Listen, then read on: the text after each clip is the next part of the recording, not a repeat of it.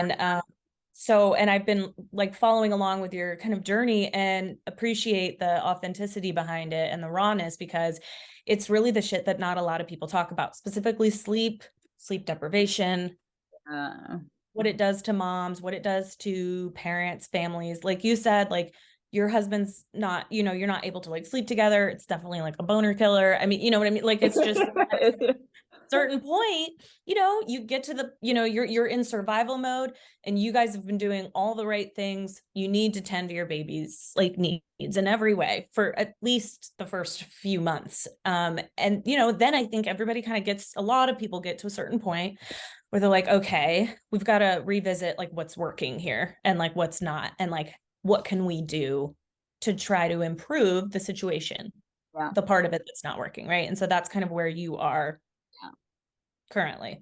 yeah. Um, okay, cool. I'll start this out by just kind of I'll go over your questionnaire. Thank you. I usually start by sending all my clients a questionnaire just to get a good idea of like what the deal is, how old the baby is, if they've had any health issues, if there's anything I should know of, and also just to get a backstory of like the current sleep schedule and the struggles and goals that you have and all that kind of stuff. And to back up a little bit, I'm a pediatric sleep consultant. I'm certified, which means that I went back to school for some training. And I also have been mentored by some really, really, really great sleep consultants. And I got really into it because I mean, I have a marketing background and a more creative writing background. And I really had a very hard time after I had my first baby. It was also during COVID. It had just started like ramping up. And we moved across the country. So there were a lot of elements that were going on, but sleep deprivation was just really, really catching up to me. And I do have anxiety and depression that I, take medicine for, and I do all the things, exercise, all the shit that you're supposed to do for it. But the sleep deprivation with my firstborn was just like unrelenting, and it was really taking a toll on my mental health. I could not recharge. I could not get restorative sleep. And I started to get really even more depressed and anxious, and my husband too. And we were up all hours of the night, multiple times a night, just shushing and doing all the swinging and the carriers and all the shit. And we just got to a breaking point, and we were like, fuck this. And so When she was how randomly, old? she was 8 months. Right. Okay. So, and I was very against any sort of sleep training. I didn't think that it was like natural. I really held out. People were like, giving me advice about it. And I was like, nope, nope, nope. This is natural. This is the way it is. I'm just being like, I started to get down on myself. I'm just being weak. I can't do this. Like, this is just a rite of passage, right? You don't sleep. Not for this long. Cause Jasper's what, 10 months? 10 months now, yeah, and 10 and Yeah. a half. Huh? 10 and a half. Yeah. So, after 4 to 6 months is really a good time to start getting, kind of trying to implement something. But I didn't really know that. I wasn't really interested in it. And then I got to a point where I really realized it was affecting us negatively as a family. Like it was no longer serving us. It wasn't healthy.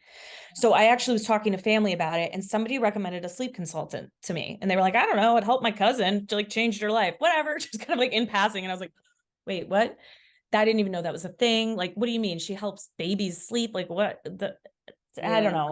I just kind of was like, okay, whatever. And then rolled my eyes. And then like 2 weeks later, I remember just being like, what's her number? How do I get in contact? Because at a certain point, you don't really have much to lose. You know what I Yeah. mean? Like you're already kind of losing your Yeah. brain, mind. So I was like, and I do this too. My company is called Just Sleep Already. And I do like a 15-minute discovery call, which really just means like I talk with the person and just see if it's going to be a good fit, see if they're at a point where they really want help. And so I did a discovery call with her. Her name's Colleen. She's amazing. She studied with Family Sleep Institute. They're great. And I was like, yes, I trust her. This is what I need. And so we did that. And then it within like 2 days everybody was sleeping through the night. It seemed like too good to be Oh, true. Yeah, but it was really, really effective, really helpful. And it won't always take a couple days. There's different, I'll go over it with you. There's different methods, there's different techniques. There's anything from a gentler, more gradual approach to something that is a little more cut and dry, hardcore. So there's a wide range there that we can talk through. But I was like, holy crap, I really needed this. And I found that my bond with my baby got even stronger. I didn't have all the anxiety around getting her to sleep. And am I going to be able to do that? Like what, and I took some time off from my job, and because I had to, I was like mentally deteriorating. And I just became really interested in it and just like researching it. My mom has a sleep disorder, so sleep has always kind of been a big interest of mine. Once I saw like the night and day difference, by the time when I got pregnant with my second one, I was like, I'm gonna like I want to get certified in this, because at the very least I can learn everything I need to, and in tandem be sleep training her, so that I don't get into what I got into with my first one, with my second one, Aria. So I have a 3-year-old and a 1-year-old, well, 15-month-old. So I started the certification course, and then I'll shut up and get to the actual consulting, but I just wanted to give you like my spiel. I started the course and did it while I was pregnant and while I was taking some time off of work, and found it to be fascinating. It was like around 100 hours, and I really enjoyed it. So it went by quickly, and I applied all of it to my baby. I applied it earlier than my firstborn, and it was a lot easier. It saved me from, I think, a nosedive mentally. And I think it ended up being the healthiest option for my whole family. So became certified, started my own company early this year, and I've been kind of helping families ever since. So yeah. So, what does it mean? I literally consult with families and go step by step of how to improve their family's sleep, usually their baby's sleep. Yeah. And we do consultations and then go through the questionnaire, and then I write up a sleep plan and a step-by-step sleep plan, and of exactly what to do, troubleshooting, what if this happens, what if that happens. And then we monitor a sleep log, and then we have a follow-up call. And usually from then, I don't really hear much from the families. And I always say no news is good news, because it's clicked and they're on their way. Amazing. So yeah, let's let's dive in, because I when we were like messaging, I understand too, like not being, like the most type A person, and just kind of like with like all these like logs and times, and like it's like, so it's kind of stressful in its own right? Yeah, Like, I did the Huckleberry thing, and did not enjoy it, but I needed to yeah. and it was quite interesting to see. Yeah, and you sent that to me and I have it. So that'll be helpful too, just to kind of see. I know it might have all changed since you guys left from, Germany to England, but it does look like he has some sort of like kind of natural rhythm. So what we're going to do is we're going to capitalize off of that, especially to start. But first, okay, we've got Jasper. He's 10 and a half months. He's your baby and he's really cute. I can verify that. Really cute. And you stated that your sleep goals are for the little sucker to sleep longer than 4 hours in a row. Is that still? Yeah, so I wouldn't say that he has a problem with sleeping per se. He just wakes up often and he needs me there.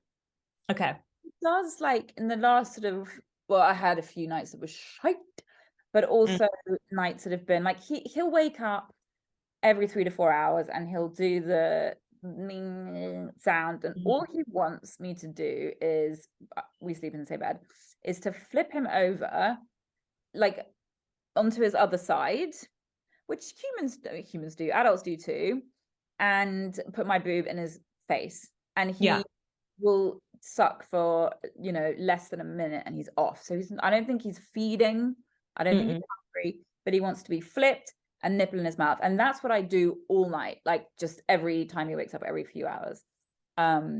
Which on one hand, like I'm kind of okay with. Whatever. Mm-hmm. I mean, it's better for me in my mind than having to, if I had to get up every single fucking time, like go to a fucking cot, I think I Yeah. would lose my mind.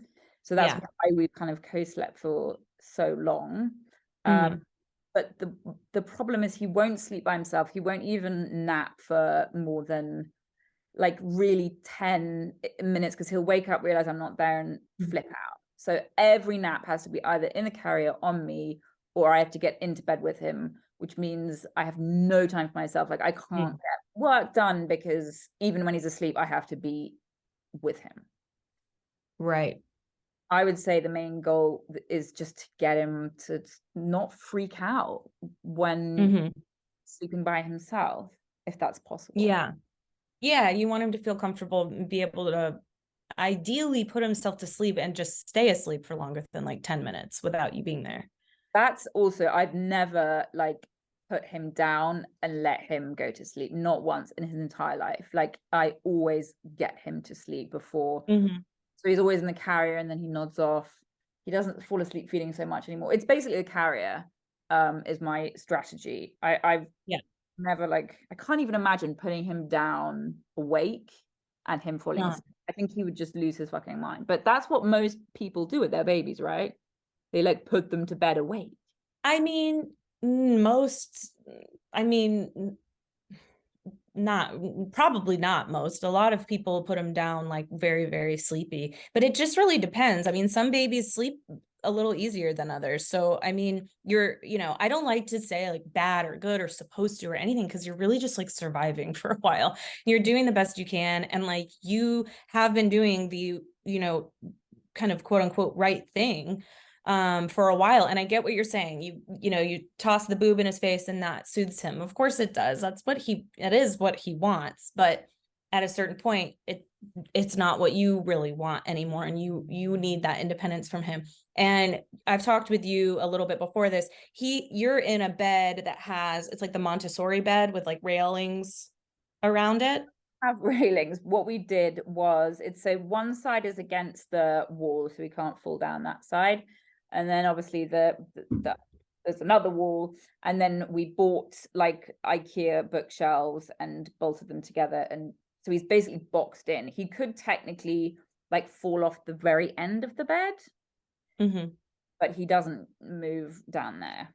And he stays pretty close, nuzzled to you. I mean, that was the thing with me. It sounds like you guys have a kind of a, quote unquote safer situation. Like I just got to a point where I was so tired and I was feeding her. And I think I told you this, she rolled off the bed at like 8 months. And that was just a wake up call for me to be like, okay, you're too tired. Like you can't do this anymore. Cause I was like, co-sleeping, bed sharing. I'm like, what? It feels very natural. Like what's so wrong with that? I mean, like you do feel like you kind of know that they're there. There is some sort of, and I do think it's safer for people breastfeeding than it is for just any baby in there. But it does come to a point where they're going to get bigger. They're going to want to move around more. They're going to want to crawl and they're going to want to explore the space more. So I think it is, it is more or less the safer option to get them to sleep in their own crib that is, secured in there and they can't go anywhere. Yeah. But here's the thing too, whatever we start with does not have to be a forever thing. So like, it's really just to get him on a good, like flow rhythm routine for, I'd say a week to 2 weeks. And then you can be flexible. Like for me, I didn't want to get locked into this rigid schedule. Like we like to travel to, sometimes we like to, I don't know, we want to go to a theme park or something. And she's just going to have to not nap in the crib, but or her schedule is going to be way off. But if you can commit to what we will kind of initiate, it will be the best for you guys. But just know that it doesn't have to always be that way, where if you feel like you occasionally want to jump into bed with him or bring him back or like rock him to sleep, like you can you Yeah. can do that in the future. I wouldn't do it like on and off all the time because it'll confuse him, but Yeah. especially if he's having a if he has a cold, if he's, you know, teething, if he's having a rough, if you're traveling a lot and it's a new Yeah. area, you know, but just watch it, because the way that they go to sleep is the way they're going to want to stay asleep. So, and it makes sense. Like, however they fall asleep is how they're going to want to stay asleep. So if you're there, they're going to want you to be there. Otherwise, when they wake up, it's disorienting for them. They're like, where are you? And they get anxiety. Mhm. So the behavior of always being there is that's what he needs. That's what he wants, actually. He doesn't really need it anymore, you Yeah. know? Yeah. And you know that with the suckling only for a minute, if he's not hungry, Yeah. he wants you there. And you have to remember with like the fussing and the crying, and I'm not going to make you cry it out or anything like that, like that, but I wouldn't recommend that based off of what you have said in your questionnaire anyway. But you do, just something to keep in mind is that, you know, there's a difference between them protesting and them crying for needs, Yeah. you know, when they're, I would never even start a process before 4 months, like 4 or 5 months, because their cries at that point, you have to tend to all of them. You should. Yeah. But they start getting a lot smarter than you think, and they become kind of, you know, they manipulative, you know, it's like, it's hard to say that because are they actively trying to be manipulative? No, but they do become, you know, sleep training kind of sounds like dog training, and it's weird, but there is that sleep behavior. There is that, like, if I do this, I will get this. And they learn that very early. So of course Yeah. they're going to try to do it all the time. And they're going to be pissed when you try to change it up on them. But that's really what that is that's anger. That's just like them being frustrated. And crying is the only way that they know how to really communicate, other than like jumping and, you know, so they're just really mad. And if you can kind of think of it that way, it makes it a little easier to start letting them fuss for just like a little bit on their own. Um, because it's important for them to start to learn that kind of separation. And what you're doing is you're kind of putting up one of your first boundaries, you know, your first boundaries as a parent is you're Mhm. kind of saying, hey, this is a bit of a safety boundary here. Mom's not, you know, mom needs sleep. Mom, you know, I'm not doing great. And it's the oxygen mask thing, right? Like if I don't feel good and if I don't feel like this is sustainable, then I got to make sure I'm good in order for you to be good, you Yeah. know? Yeah. Especially families that want to start introducing a second child or Oh have, yeah.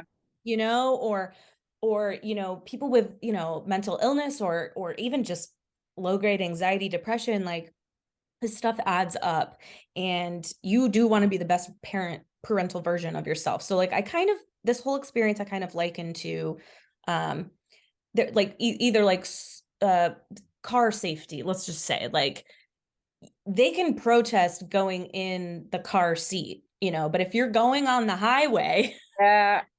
like if you're going on the highway, you're like, But what? it's funny that use that example because that's the one thing that always occurs to me is when I'm in the car, like I'm so anti the whole cried out thing, but when I'm in the car and he's in the car seat and I really fucking want to take him out of the car seat because he's losing his shit and he Yes, must not understand like why suddenly the one time only mom can't come and get him and it breaks my soul, I but you know. can't. And that's sort of the same. It's letting them cry it out basically. It's a little bit. And again, like, you know, I do like to kind of compare it to swim lessons in a way, because there's a broad scope of like, of swim lessons, of how people go about doing it. Some people do the whole, like, I think you had a post about it, like dunking or just literally Yeah, tossing their no. baby in. Yeah. That wasn't my preferred method either, but you know, I do try not to judge. Some people are a little more hardcore, whatever. Yeah. Not for me. But there is also, on the other end, there are people who don't really feel that they need to train their kid how to swim, Right. which maybe they're not around a lot of water. Maybe they don't, it doesn't feel like a safety issue for them. You know, most people fall somewhere in the middle. For me, and we live in Florida, we have water around, there's pools everywhere, there's the ocean. I needed to get them some swim lessons, but I wanted to do it a little more gradually, a little more gently. I wanted to be there for it, help them through it, then kind of, uh, you know, alter it. But at the end of the day, I did think it was important to get them to learn how to swim.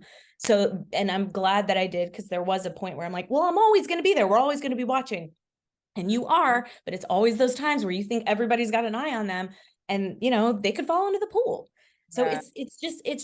it's good for them to know how to be self-sufficient, and it can start as early as this, and you starting to put in those kind of boundaries. And parenting styles are a big thing. Like I said, some people are more hardcore, old school, whatever you want to call it, and some people are very, very gentle parenting, very the other way. They don't want to push them to do much they don't feel comfortable with, and like that's all fine, you know. But I think with certain things, like you said, like the car seat and the like, certain things, people start to be like, I gotta be like, I'm not anal about a lot of things. Sleep, I'm more militant about, Yeah. because I had to have that. And some people, they will bed share with their babies until they're way older, and like that's okay, whatever works for them. But I have, you know, I know somebody who was like, I liked bed sharing with my baby, and I tended to their every needs, and they finally started sleeping on their own in their own bed, and they were 6 years old. You Yeah. know, so it's like, but some people are cool with that. Like if you're cool with that, or having your kid in with you for a very long time, then stay the course. I mean, who the hell am I to judge? For me, I need my own space. I Yeah. need a deep sleep. I need to not be woken up all the time. You need REM. You need to fall into that deep restorative sleep cycle. And the baby needs it too. And honestly, it's what's best for them. They're getting constant disrupted sleep as well. So you Yeah, I kind of have, wonder about that. I'd have yeah, to wake him up too, right? Because yes, yes. I'm still around. You could be waking up too, and you're also, he's waking up because he wants you there, but not because he's not tired, you Right, know. right, He yeah. needs the sleep. And at a certain point, again, with the buckling the baby in on the highway, like, you know what's best for them. You're like, I know you don't like this, you don't want this, but you don't understand why you need to be buckled in, but you need to be buckled in. Yeah. And I do find it to be a little bit like that with sleep. Like, look, you don't want to go to sleep, you don't know, you might not know what's good for you, but I know that you need sleep. I Yeah. can tell you're exhausted, way past tired, you don't want to go to sleep, but you need to go to sleep, and you need to go to sleep at this, around this time, and mommy needs her own time too. Oh, yeah. That would be nice. So, huh? That would be Yeah, nice. yeah. So, you know, I think we can get there, I really do. So he's waking up early. You guys put him, I was looking at his tracker, and he goes to sleep around like, usually around like 8 to 9, Yeah. 9:30. Yeah. Yeah. Yeah. That's at the All moment. right. But So the that's problem is I have to go to bed with him. That's the other thing. I don't right. have an evening to myself. Like Julius and I can't hang out in the evening because as soon as he goes to bed, I have to go with him, you know? Yeah, it wears on the relationship. I just have to say, you're doing amazingly for like all that you're putting in for your baby. Like, I'm Oh. so impressed. Like, seriously. I could I Yeah, I it's quite crazy. yeah, you know, and it's amazing what mothers do for their babies. And I really think even they go too far past what they almost should. You know, we do, is we just, it's in our nature a lot of the times. But that's why it's helpful. That's why I really do like helping families, because I think sometimes mothers and parents don't even really know what they need at times. They just know something's not working. And I like helping at least with this element. Yeah. Um, so, all right. So his naps seem kind of all over the place. He's not really falling asleep awake at all. He's always, you know, yeah. What? Um, okay. And after dinner, you breastfeed him, put him in the carrier, relaxing baby music. Okay, how's the white noise going? Okay, so I started using white noise again the other night. I don't know if it helped. It he had a good night, so I'm guessing it must have. But I Mhm. got again last night, so I got to get back into that. It was amazing for him when he was little. Yeah. Yeah, they still like it. Yeah. And you really can't go wrong with it. You can use it for as long as you really want. And then, there's the question, well, then when are they ever going to be able to sleep without it? And yeah, they will. You can gradually wean off of it like you can wean off of anything. You just lower it each night, and then they just get used to not having it. But my 3-year-old still sleeps with it. And to be honest, I sleep with it. Yeah. Like, Yeah. because my husband snores and I freaking love it. So, Right. But you that's know, yeah. and they're like us, like they're not robots, like they hear things going on, they're not just gonna go to Yeah. sleep. So Yeah. if you can lessen the disturbances, why not? I like having it Yeah. lessened. I like having blackout curtains so that it's not bright sunshine in my face. So blackout curtains, white noise machine or sound machines, those are like your best friends with sleep, and you Yeah. do want to create like a cave-like environment for them. Okay. uh, Pretty cool. Does he sleep with a, let me look. Does he sleep with a sleep sack or PJs? No, he doesn't. No, no sleep sack, just Yeah. PJs. Okay. I mean, that's fine. If you wanted to do a sleep sack, you could. I don't know how he's Sleep sack stop. Blah, blah, blah, blah, blah. Does the sleep sack stop them like from getting up, kind of standing up? yeah, Like it that would can, really piss him off because he yeah, he does. it I can don't think limit. he even really likes having like he kicks the duvet off even or Yeah. blanket. So I could try it, but I feel like he would be claustrophobic and get very cross. Yeah. And I mean, if it's not something you've been doing, there's no need to force it. The Yeah, only thing is it can help if you're worried about them trying to climb out of the crib, then it yeah, can be helpful because it does limit their movement, and they might not like it, but it might be kind of safer for them. But it's not, you don't have to. When they start sleeping well, it can be used a little bit like a sleep cue, and it's like an association. So right now his associations are very much movement and then suckling. yeah. But you can slowly transition those associations to be associated with other things that you want. So the sleep sack, for example, a lot of the times, even for me, once I started zipping that sleep sack up on her, she started getting tired. So they start associating things with sleep. Oh, okay. Oh, the sound machine's going on. Oh, that's a cue, right? We're Right. about to go to sleep. Okay. So just something to think about, not a necessity at all. Some people just like it. They find that it ends up calming their little one. So your goals are for him to sleep.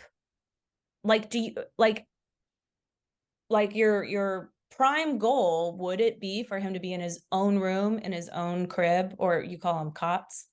Yeah. Yeah, I guess. I mean, I change my mind about this all the time, but yeah, ultimately I want him to be able to, especially if not at night, for naps in the day, to just Yeah. for me to be able to put him down somewhere safe, i.e., that's a crib, and just I can just walk away and not Mhm. have to worry, and I get my own time back. That's what I want. I want him to be able to sleep without me, Yeah. and I could compromise with him just doing his naps alone and still sleeping in bed with me, maybe, um but ideally, I mean, it'd be also be Yeah. nice if Julius could come back into the bed. Yes, yeah. Because on your sleep goals it says possibly even in his own bed. So I didn't know if Yeah, that was a full goal, but yeah, it is. It is like a sensible one. Yeah. okay, okay, okay. And the nap environment, are you guys using blackout curtains? So, well, in Iceland, the sun doesn't go down at the moment at all. So we God, have that's right. so That's so weird. weird. I don't like it. I don't like that. So yeah, we have blackout curtains in his bedroom, my bedroom, our bedroom. Okay. And yeah, And did they do a good job at yeah, blocking it out? yeah, yeah. Okay. Because some blackout curtains say they're blackout, but they're not, and the sun's like still shining in. Okay. And you don't have to worry about like daytime, nighttime association. Like he gets it at this point now. And also with it being daylight all day, Uh, well, that's interesting. Anyway, okay, so you get into bed with him and read while he sleeps. If you don't, he stirs and thrashes around. Okay, we kind of went over that. Um, you don't like the sound of leaving him to cry it out. I understand. There's stuff that we can do before that. That's kind of a last resort, really, for me. Um, okay. So, and I got your log. Still in the shot, but you are. It's all good. Oh, okay. So, I think getting him on some sort of routine would be helpful. Babies do love, like, just, from my training, I've learned how much they love routine. They actually love it, and they love boundaries. They feel safer that way, and actually kids do. If their parents are kind of laying down the law a little bit more. So if that helps, because that helped me, because I was like, okay, I'm doing the right thing here. Yeah. And they love predictability. It makes them feel safer, and they know what to expect.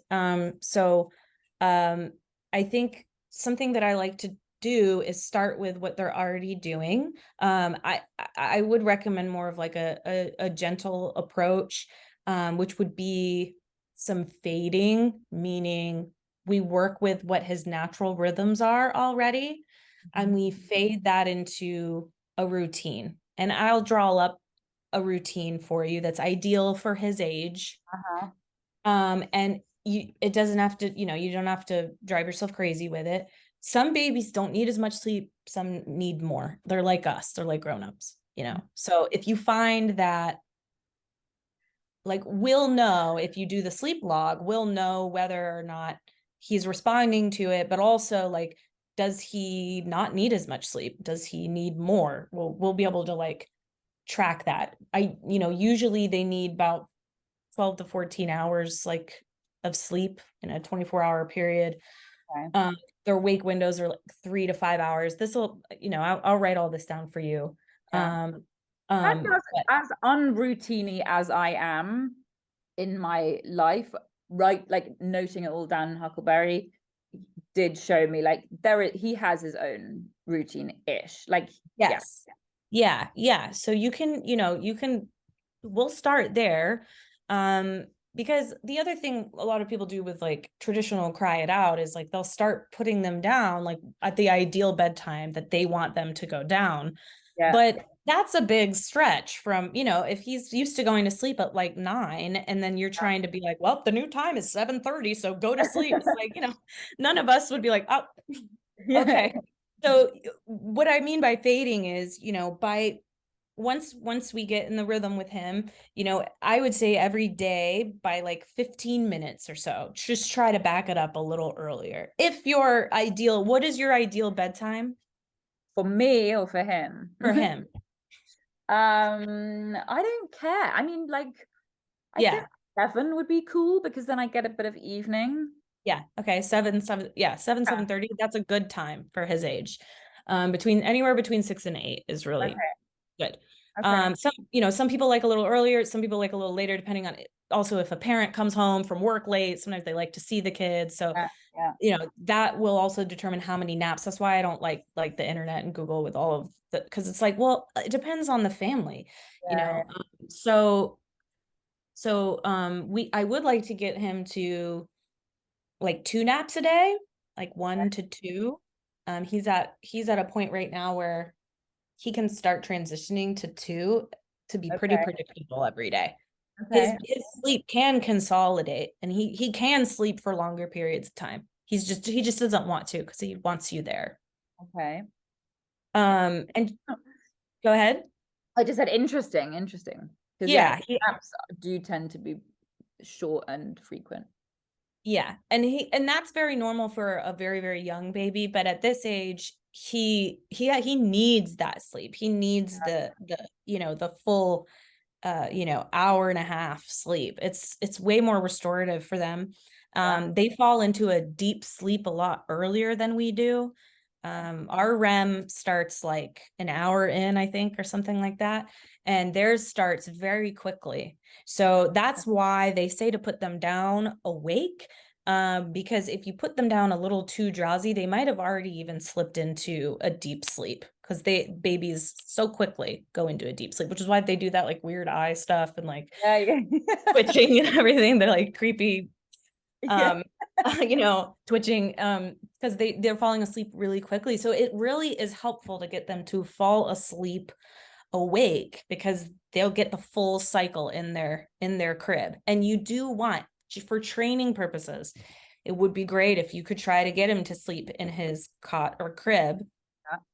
I know it's a tall order, and we're not going to start there right away for every nap, but ideally every nap and every sleep is in there, because he will then learn this is for sleep.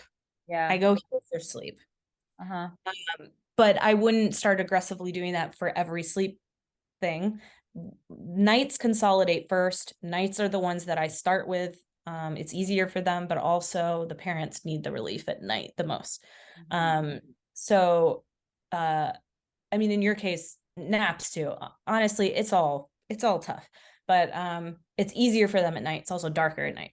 So anyway, that's where we'll start. So if you have to start anywhere with the crib, that's where we'll start, is at night. I'll walk through all this, but recently get for England a travel cot specifically with like it's a really good one, and it has a zip opening at the bottom, so that I can get in with him. I did this successfully twice so far. Okay. Instead of putting him in the carrier, I got in like to the cot with him and fed him to sleep, and then like spider moved my way out. And I was pretty excited, and he lasted about 10 minutes before he freaked out. But yeah. Pretty much his first ever experience of a cot has been in the last week. Okay, but that's good. That's good. I mean, you could, but keep doing, as we transition to him falling asleep independently, meaning without you right there. Do all of that if you can in there, because that'll just familiarize him with it. He'll get more comfortable in there, so that when you're not there, it won't be just all brand new at once. If you can. And I know, again, I'll go through this, and I know I'm talking a lot, but you start with there's different steps, and you start with the night, and then the next one comes the morning nap, because that's the easiest one. That's when they've like built up the sleep pressure enough, and they can sleep better, usually in the earlier part of the day. And then the afternoon. So you don't have to do, if he's not sleeping at all and it's a shit show, just make sure one of those naps are in the crib. If that makes sense. But start at night if you can. And for feeding, just so you are aware, people, if he's falling asleep at the breast a lot, obviously that's how he's going to want to stay asleep. So he's going to always want the breast with you. One thing that can be very helpful is to feed him outside of his sleep place. So his crib or his cot or the bed. So if you can break up that sleep, which I know what you're probably thinking is, well, that's what gets him drowsy into sleep, but that's not what makes him stay asleep. You're kind of doing it feels counterintuitive, but you're kind of doing the opposite right now, is you're telling him to fall asleep this way by nursing. Whereas you want to try to separate it a little bit and say, this over here on the couch, this is for nursing. This is for eating. Then when we come over to the crib, this is for sleep. And if you can literally separate that location wise, and also by like 5 to 10 minutes, it will start to really help. He also, if you're in the same room with him, he does smell you, he hears you, he's going to want you even more.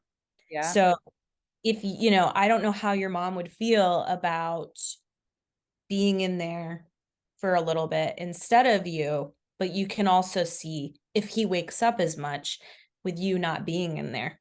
And so I can tell you, because Julius did this a few weeks ago in Iceland. He said, right, I'm just gonna take him for the night, got the bottles like with my milk from the freezer, whatever, and I went into another room. I had a fucking great night's sleep myself. Just woke up friggin' constantly, Julius barely got a wink. So that's what happens. Yeah I mean, it it is going to be shitty Yeah, yeah. for a bit is the only thing. Because when you change things up on people, oftentimes things get worse before they get better. But the more you do it, if you commit to it, he will probably you'll see a change in behavior. Right. Um, but you don't have to put your mom through that right now. I think there are plenty of things that we can do. One of those things, are you open to, like, in your situation right now, can he go in another room? Can he Yes. sleep in another room? Yeah. Okay. Um, Uh, oh shit, he's flipping out, is he? What? He's flipping out, is he? It's in my room, I think. Yeah. It's in my room. okay. We're wrapping up soon. But yeah, he's got he's little Jasper. He's got you. He's He's got you. really got me. Yeah, he's got his hooks in. Oh, but they're so cute. Yeah. Um, well, they're lucky they're cute. Okay, so fading, you're gonna start to fade some of the associations that you have, meaning if you rock him, like let's say it takes like usually 15 minutes to get him to sleep, you're gonna rock him for less and less time. Mhm. Or if you do the carrier, you're gonna do it for less and less time each time you put him down for a rest. Mhm. Um, we're gonna capitalize off of his sleep schedule right now. And I would recommend changing rooms and just seeing how that goes. You can do one of two things, either be in different rooms starting out, um, or you can camp out in his room, but not be like on top of him. Mhm. So that he knows you're there, but you're slowly fading, you're gradually fading his dependence on you. Mhm. Mhm. So, you can start right close up to the cot with, I don't know if you have like a sleeping bag or something like that. I mean, it's going to be rough for a while, Yeah. but you know, if you really want it to change and you commit to it, it will. Yeah. Um, it just could be a little shitty in the beginning. What like method would you be interested in trying? There's the pick them up, put them down, which is kind of what you're already doing, but it's every time they cry, you pick them up and console them, and then you put them down. And then Mhm. if they cry again, you tend to everything and you put them down, but you do that until they fall asleep. Right. Right. Just Yeah. keep doing that until they fall asleep. But the key is eventually they will fall asleep on their own. Okay. Yeah. Or there's the chair, which is where you put them in the crib and you are right by the bed and you literally sit in a chair. You're right by the crib and you can put your hand on them at first, pat them, shush them, but you're only doing that. You're not picking them up. You're only doing that until they go to sleep. Okay. And then eventually you move the chair further and further out of the door Mhm. where they can see you still, and then out of the door Uh-huh. Okay. over the course of a few days. And then the other one is like I wouldn't do full Ferber, which is check and console. I would do like a modified Ferber method, which that's where it's the intervals where you go in, Mhm. and this would mean he would be in his own room. You would always do a bedtime routine, a soothing routine. You would do it, and I'll write it up for you. You do it the same way every time if you can. So, and then you have like a little sleep mantra that you say to them. So let's say he does a bath, then you put lotion on, whatever yours is for you. Then you Yeah. put lotion on, right? Then you put his PJs on. You take him out of the room, feed him, bring him into the room, break it up a little with like a book or something soothing, some quiet time, maybe a song, and then you put him into his crib. He's not going to like it. Just buckle up. He's not going to like it. And you set the timer. And like you leave, you walk away and you set the timer for start very small, 1 minute. Yeah. After 1 minute, you go in. You shouldn't really pick him up, but you can pat him. You can do whatever you want, pat his bum, shush him, do all verbal reassurance, but only for like 30 seconds. And then you leave again. And Mhm. then you extend that time interval. So maybe it's 1 minute, then it goes, then you don't go in for 3 minutes. Then Mhm. you don't go in again. You do the same thing and then leave. You say the same sleep mantra. I love you, Jasper. Night, night, and then you leave. You come back in, do the same thing. I love you, Jasper. Night, night. Then you leave. And eventually they're like, this is way more annoying and exhausting than just falling asleep. Yeah, okay. They do kind of tire themselves out and they'll go to sleep, and you can extend the intervals. We can modify it even more if you want. Maybe you get one pickup and then you put them down. Sometimes that pisses them off more though, because they're like, I don't understand. Why are you not taking me out? And it can kind of confuse them. So I Yeah. kind of like to be fair with them and most consistent. And if you put that boundary up, you got to kind of keep it up. Mhm, mhm. And your boundary in this point would be not picking him up, but consoling him either with physical touch at first for the first couple days and then just verbal, or you can start just verbally. Okay. Um, if this is incredibly hard for you, this is what I did for my first one. Gave the monitor to my husband or maybe your mother-in-law or whatever. Yes, they're mad. They're mad, but you have to know what you're doing is what's best for you and try to get that mom guilt out of there and know it's best for your family, and it will greatly improve your quality of life. And you just have to say, he's fussing because he's mad because I'm changing things up on him. I have tended to his needs in every other way. He does not feel abandoned. No studies. I've seen these people on TikTok and Instagram that are saying that it's harmful to the infant health and it raises the cortisol and all that stuff. There have really been no studies that say that. And I know that's hard to gauge, like, well, what tests are they doing on the actual baby? But they've monitored different babies with different approaches, and none of them have come to form a bad attachment with their parent or anything like that, or feeling abandoned or feelings of abandonment. And they've tracked that and they've all kind of been the same. One So, one of my things that I always thought about this whole co-sleeping thing, well, at least he's got a really secure attachment with me, and he doesn't have separation anxiety because he's not mhm, worried that I'm going to leave him. That mhm. is bullshit. Recently, he freaks out even more, I think, than he used to when I leave the room. If I just even leave the room. So that bit's not true. Um, Yes, and in a way, it's not really kind of what's best for them. Not saying you have the best intent, everybody has the best intentions for their kid, but as they get older, you do want them. It's what's healthiest for them is to start growing a little bit of independence here and there. And sometimes you have to, kind of set them up for success to do so. And if we follow this plan, it's not going to be like ripping the band-aid off. We will slowly be transitioning him into this. So it won't feel totally jolted out of nowhere.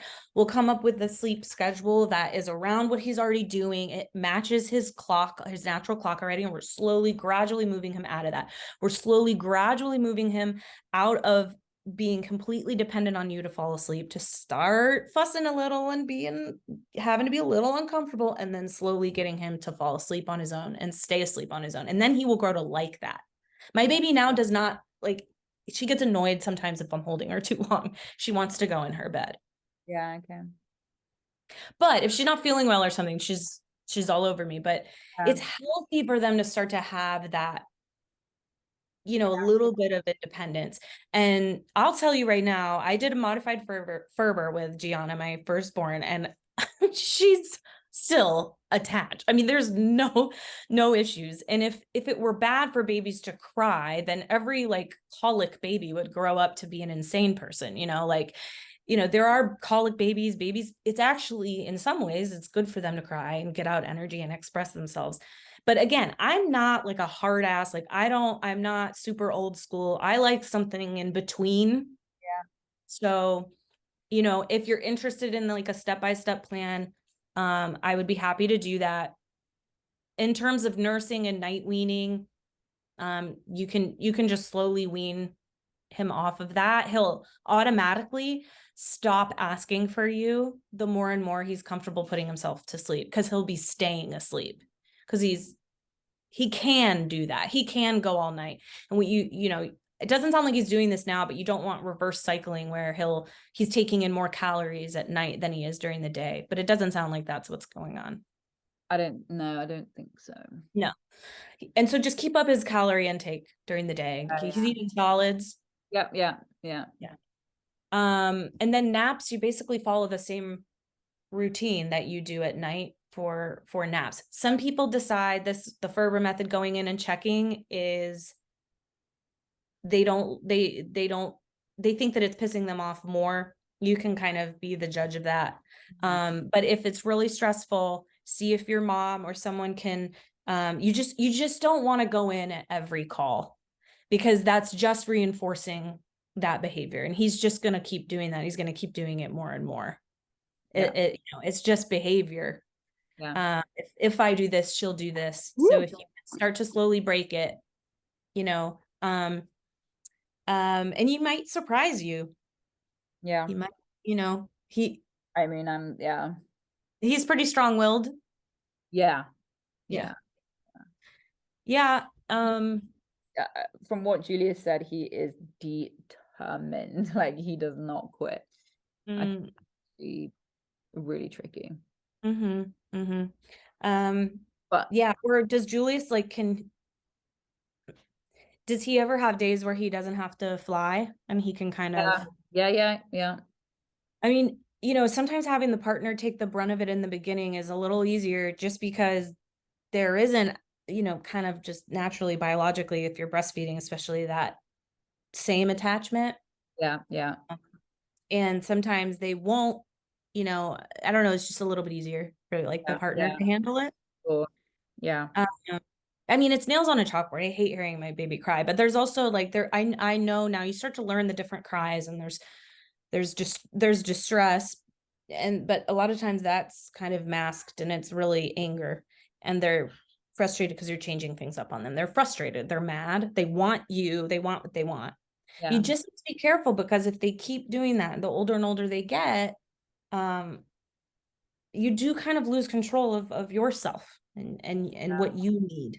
yeah. So, but That's do you where have any other questions? yeah, I do have one question.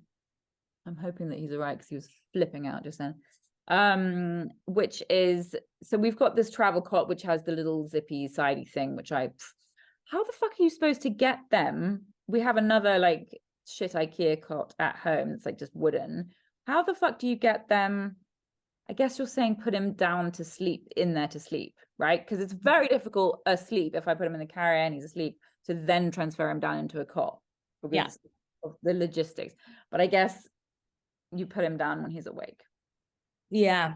Yeah. And he's not gonna like it. He's gonna protest it, but the different cries he'll start to just like soothe himself. He'll start to, you don't want to go in too early too, because he might start putting himself down.